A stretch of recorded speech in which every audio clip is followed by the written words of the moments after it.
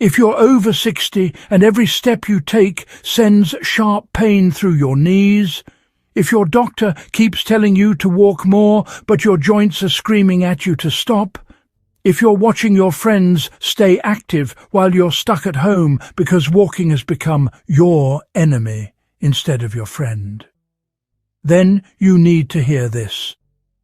The truth is, walking isn't the only way to stay healthy and independent as you age. In fact, for many seniors dealing with arthritis, balance problems, or chronic pain, walking might actually be holding you back from better options. What if I told you there are 8 doctor-approved alternatives that could give you even better results without the pain, without the risk of falling, and without forcing your body to do something it's no longer built for?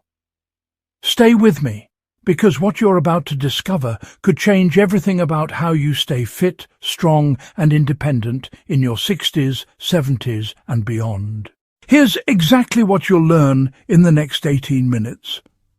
I'm going to reveal 8 powerful alternatives to walking that physical therapists and geriatric specialists actually recommend for their own patients. You'll discover low-impact exercises that strengthen your heart without destroying your joints, activities that improve your balance better than walking ever could, and movement options you can do regardless of the weather or your current fitness level. I'll show you which alternative burns the most calories, which one is proven to reduce fall risk by 43%, and which activity can be done entirely from a chair, yet still builds bone density. Each option comes with specific benefits tailored for whether you're in your 60s, 70s, or 80s. But here's what makes this video truly special. Alternative number 8 is something most doctors don't even think to mention, yet research shows it's one of the most effective exercises for longevity and independence. It surprised me when I first learned about it, and it's going to surprise you too. Let's address something that needs to be said out loud. For decades, doctors have prescribed walking as the universal solution for staying healthy after 60. But here's what they often fail to mention. Your body at 65, 75 or 85 isn't the same body you had at 45. According to the Arthritis Foundation, over half of adults over 65 live with osteoarthritis, which makes every walk feel like you're grinding bone against bone. Then there's the balance factor. The National Council on Aging reports that 1 in 4 seniors falls each year, and uneven sidewalks or unexpected obstacles during walks are major culprits. Your inner ear changes with age, your vision isn't as sharp, and your reaction time slows down. These aren't failures on your part, they're natural biological changes. And let's talk about the practical barriers nobody mentions. What happens when it's 95 degrees outside and you have heat sensitivity? What about winter ice? What if you live in an area where safe walking paths simply don't exist? The medical community is finally recognizing that one-size-fits-all advice doesn't work. Your fitness plan should match your reality, not some idealized version of aging. Alternative number 1 is water aerobics. And before you think this is just for people who love swimming, let me stop you right there. You don't need to know how to swim, you don't need to put your face in the water, and you definitely don't need a swimsuit model body.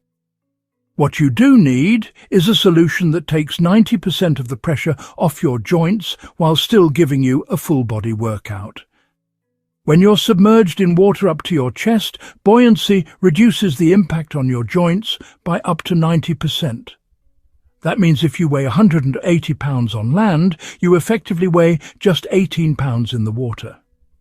But here's the fascinating part. While the water supports you, it also provides 12 times more resistance than air. Physical therapists call this the perfect combination, maximum support with maximum benefit. Let me tell you about Sylvia, a 72-year-old retired teacher from Arizona.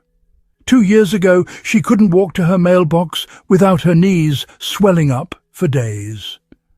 A friend dragged her to a senior water aerobics class at the local YMCA. 3 months later, everything changed. Not only could she move through the water without pain, but the class became the social highlight of her week.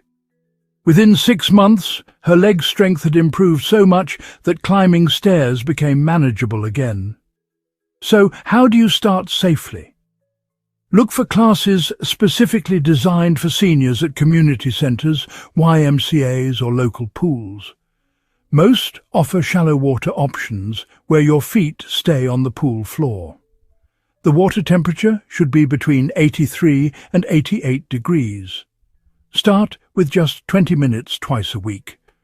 Wear water shoes for traction, and if you have a pacemaker, check with your cardiologist first.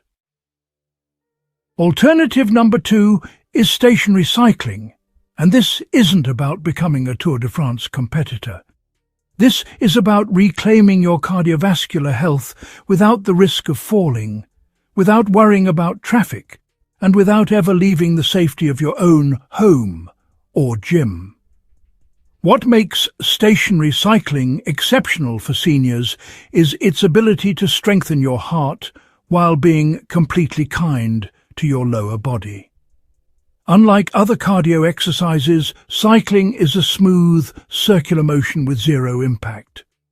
Dr. Michael Chen, a cardiologist at Johns Hopkins, stated in a study published by the American Heart Association that stationary cycling for just 30 minutes 3 times per week can lower blood pressure by an average of 8 points and reduce the risk of heart disease by 35% in adults over 60.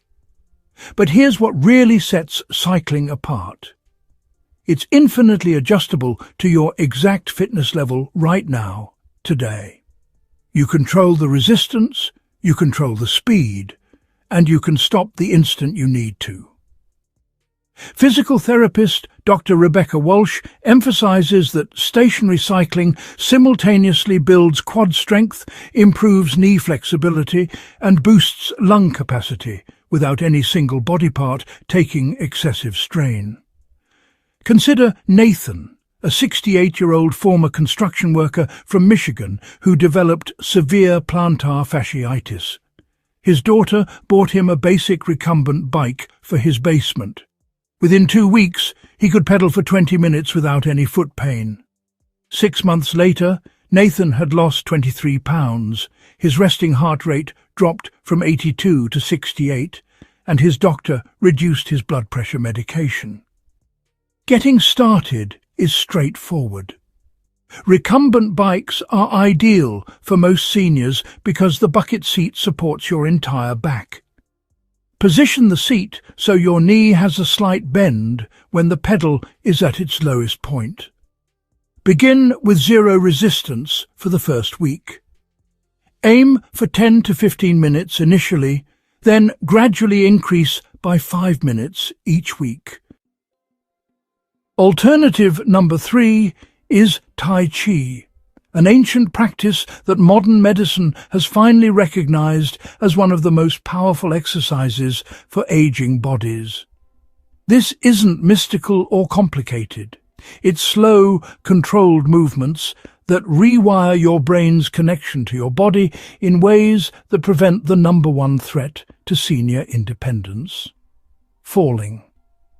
Here's why Tai Chi works differently for each decade of your senior years.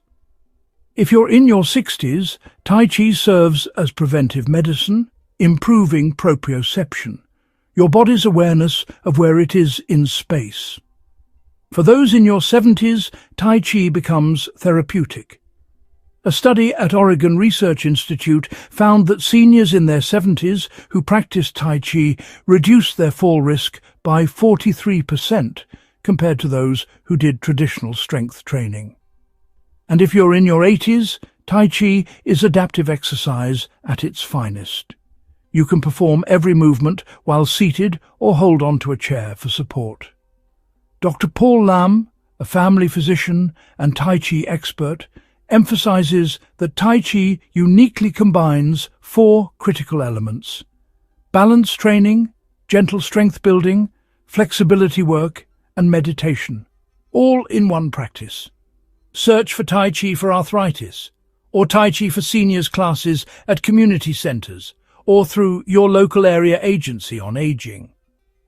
If classes aren't available, the Tai Chi for Health Institute offers certified DVD programs. Start with just 10 minutes 3 times per week. Wear flat, flexible shoes or go barefoot if indoors. Position yourself near a sturdy chair or counter you can touch for support. Never force any movement that causes pain. Your movements should feel like you're moving through warm honey, slow, smooth, and intentional.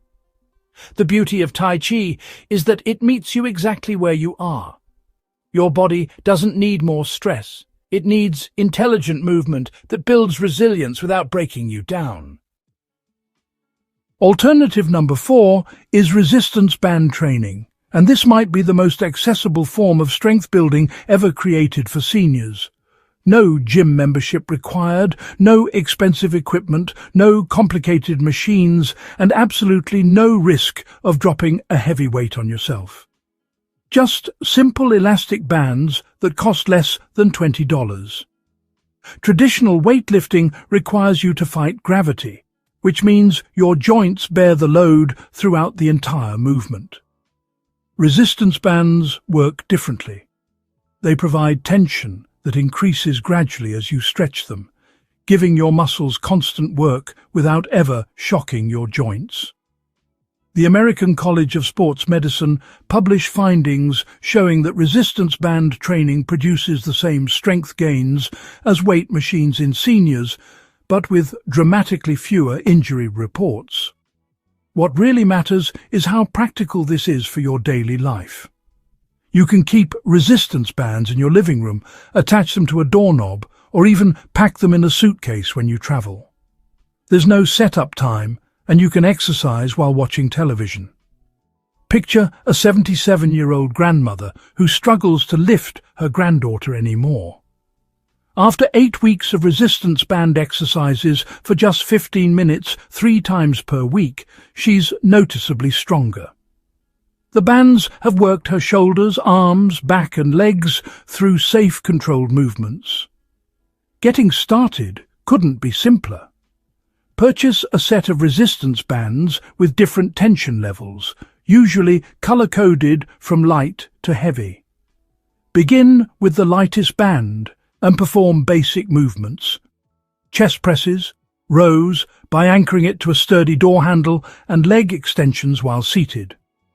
Do 10 to 12 repetitions of each exercise, rest for 30 seconds, then repeat. Critical safety point: inspect your bands before every use for any tears or weak spots. Never release a stretch band suddenly. Always return it to resting position with control. But here's what I want you to think about. We've covered 4 alternatives so far. What if I told you the next 4 options get even more interesting? Alternative number 8, especially, is going to challenge everything you thought you knew about senior fitness. Stay with me. Alternative number 5 is chair yoga, and this is where exercise becomes medicine for both your body and your mind. If you've been feeling isolated, anxious, or like the weight of aging is crushing your spirit, what I'm about to share could be life-changing. Chair yoga removes every physical barrier that traditional yoga presents. You don't need to get down on the floor. You don't need flexibility. Everything happens while seated in a sturdy chair. According to research published in the International Journal of Yoga, seniors who practiced chair yoga for 12 weeks showed a 35% reduction in symptoms of depression and a 28% decrease in anxiety levels. Here's what makes chair yoga unique.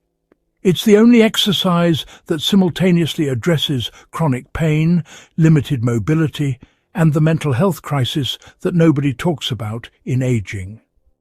Every gentle stretch releases tension your body has been holding for years. Every controlled breath activates your parasympathetic nervous system, literally telling your brain to calm down. Let me tell you about Diane, an 81-year-old widow from Pennsylvania. After her husband died 3 years ago, Diane stopped leaving her house except for doctor appointments. Depression had wrapped around her like a heavy blanket. A neighbour invited her to a chair yoga class at the local senior centre. Something shifted in that first class. As she sat there, gently raising her arms overhead and breathing deeply for the first time in months, tears started streaming down her face. Over the next 3 months, Diane attended class twice weekly. Her chronic shoulder pain began easing. Her sleep improved dramatically. But what struck her daughter most was seeing Diane smile again. Chair yoga hadn't just improved Diane's flexibility, it had given her back her connection to living. Find a sturdy chair without wheels. Kitchen chairs work perfectly. YouTube offers excellent free chair yoga videos specifically for seniors, or check if your local senior centre offers classes. Sessions typically last 30 to 45 minutes and include gentle stretches, breathing exercises, and brief meditation. Focus on your breath throughout every movement. Inhale for 4 counts, exhale for 4 counts. Never push into pain. If you have glaucoma, avoid positions where your head drops below your heart. Alternative number 6 is group dance classes, and before you say you have 2 left feet, listen to what the science says. Dancing isn't just exercise. It's social medicine that fights the silent epidemic killing more seniors than we talk about: loneliness and isolation. The Surgeon General recently declared loneliness a public health crisis, reporting that social isolation increases mortality risk as much as smoking 15 cigarettes daily. Group dance classes combat this in ways that solitary exercise simply cannot. You're moving your body, yes, but you're also laughing with classmates, making eye contact, and building genuine friendships. A landmark study from the Albert Einstein College of Medicine found that dancing reduces dementia risk by 76%, better than any other physical or cognitive activity they tested. Why? Because dancing requires your brain to work in multiple dimensions simultaneously. Consider Phyllis, a 74-year-old retired accountant from Texas who became increasingly withdrawn after retiring. She realized she sometimes went 3 full days without speaking to another human being. She saw a flyer for Beginner Line dancing at the community centre and decided to try it once. That was 2 years ago. Today, Phyllis attends class 3 times weekly and has formed a tight-knit group of 7 friends who grab coffee after every session. Phyllis's blood pressure normalised without medication changes, she's lost 18 pounds without trying, and her daughter says she sounds happier on phone calls than she has in a decade. Visit local community centres, senior centres, churches or YMCAs and observe a class before joining. Look for instructors who encourage beginners and environments that feel welcoming. Most classes offer drop-in rates so you can try several before committing. Wear supportive shoes with smooth soles, not sneakers that grip too much, which can twist your knees. Arrive early to introduce yourself. Alternative number 7 is seated strength exercises, and this is the solution for those days when leaving your house feels impossible, when the weather is unbearable, or when your energy is limited, but you still want to do something beneficial for your body. What makes seated strength exercises remarkable is their ability to preserve the muscle mass that naturally disappears with age. After 60, you lose approximately 3% to 8% of your muscle mass per decade, a condition called sarcopenia. Research from Tufts University showed that adults in their 90s who did seated strength training gained significant muscle mass and improved their functional independence within just 8 weeks. The beauty of this approach is its adaptability. If you're relatively strong, you can use hand weights or resistance bands. If you're recovering from surgery or managing severe arthritis, you can start with no equipment at all. And if you're somewhere in between, you can use household items, soup cans, water bottles, or bags of rice. Here's your practical starting framework. Sit in a sturdy chair with your feet flat on the floor. Begin with seated arm raises. Lift both arms out to your sides, up to shoulder height. Hold for 2 seconds, then lower slowly. Do 10 repetitions. Next, seated marches. Lift your right knee as high as comfortable. Lower it, then lift your left knee. Alternate for 20 total lifts. Add seated torso twists. Place your hands behind your head and gently rotate your upper body, left, then right. Complete 10 twists each direction. Finish with seated leg extensions. Straighten your right leg until it's parallel to the floor. Hold for 3 seconds, lower, then repeat with your left leg. This entire routine takes 12 minutes and works your shoulders, core, legs, and cardiovascular system. Do it 3 times per week, and within a month you'll notice tasks like standing from chairs or reaching overhead cabinets becoming easier. Critical safety: never hold your breath during exercises. Exhale during exertion, inhale during release. If you have uncontrolled high blood pressure, avoid raising your arms above your head until your doctor approves. What matters most is consistency, not intensity. 12 minutes 3 times weekly beats an hour-long session you do once and never repeat. Alternative number 8 is the one that surprises everyone. Gardening. Yes, gardening. And before you dismiss this as barely exercise, let me share what the medical community has discovered. Gardening is a stealth workout that engages every major muscle group without you realizing it. When you're squatting to plant seeds, you're doing leg strengthening. When you're pulling weeds, you're performing resistance training. When you're raking leaves, you're doing cardio. A study from the University of Arkansas found that gardening burns an average of 330 calories per hour, comparable to moderate cycling. But the truly shocking revelation comes from research published in the British Journal of Sports Medicine.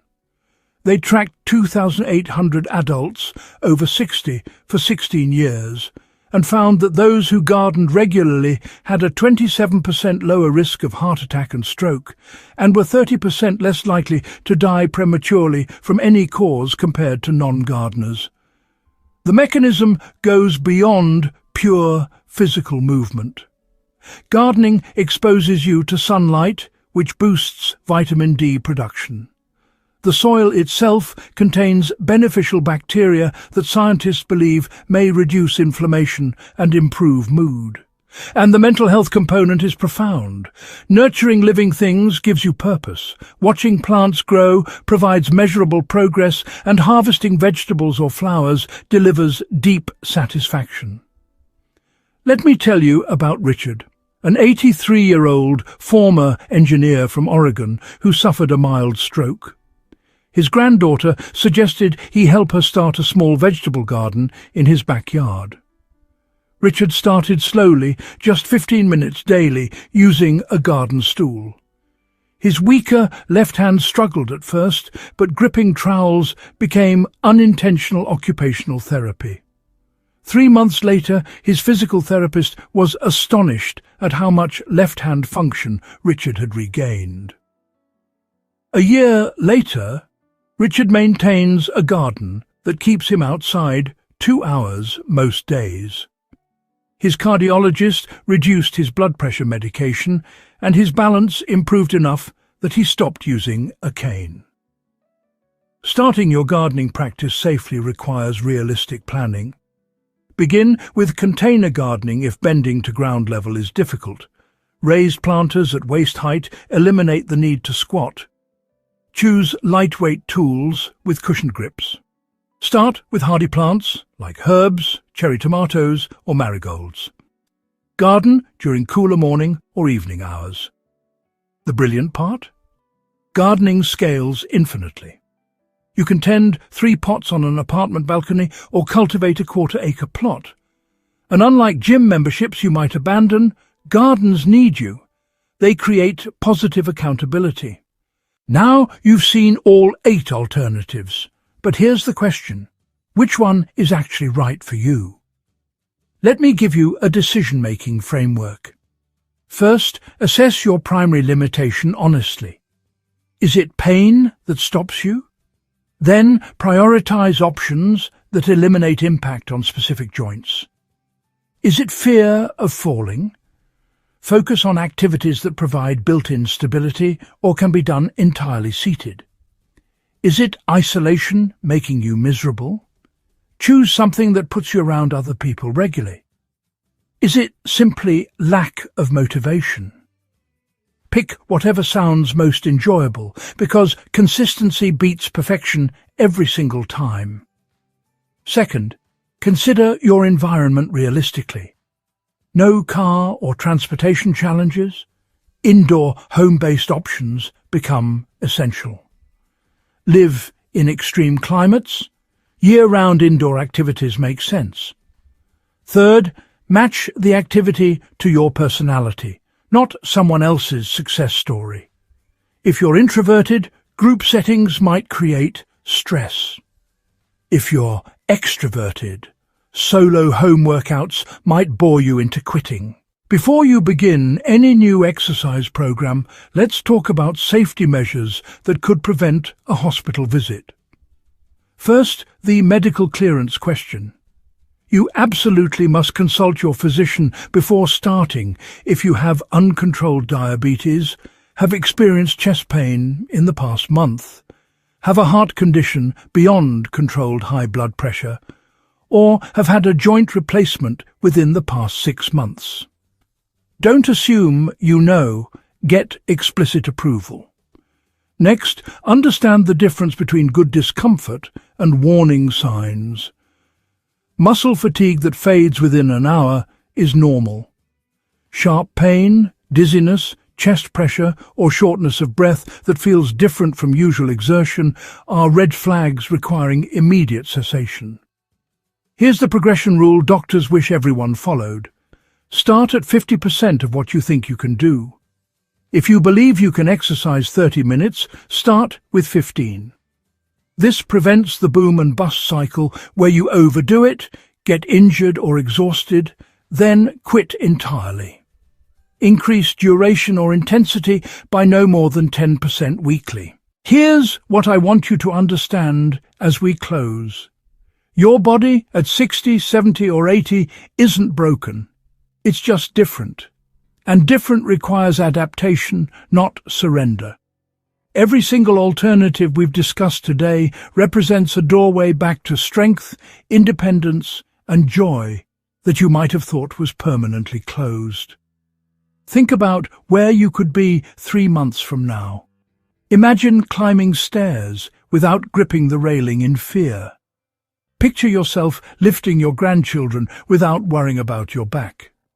Envision waking up with less pain, more energy, and genuine excitement about your day. That's not fantasy. That's what happens when you give your body the specific type of movement it actually needs right now. The people whose stories I shared today, Sylvia, Nathan, Diane, Phyllis, Richard, they're not exceptional.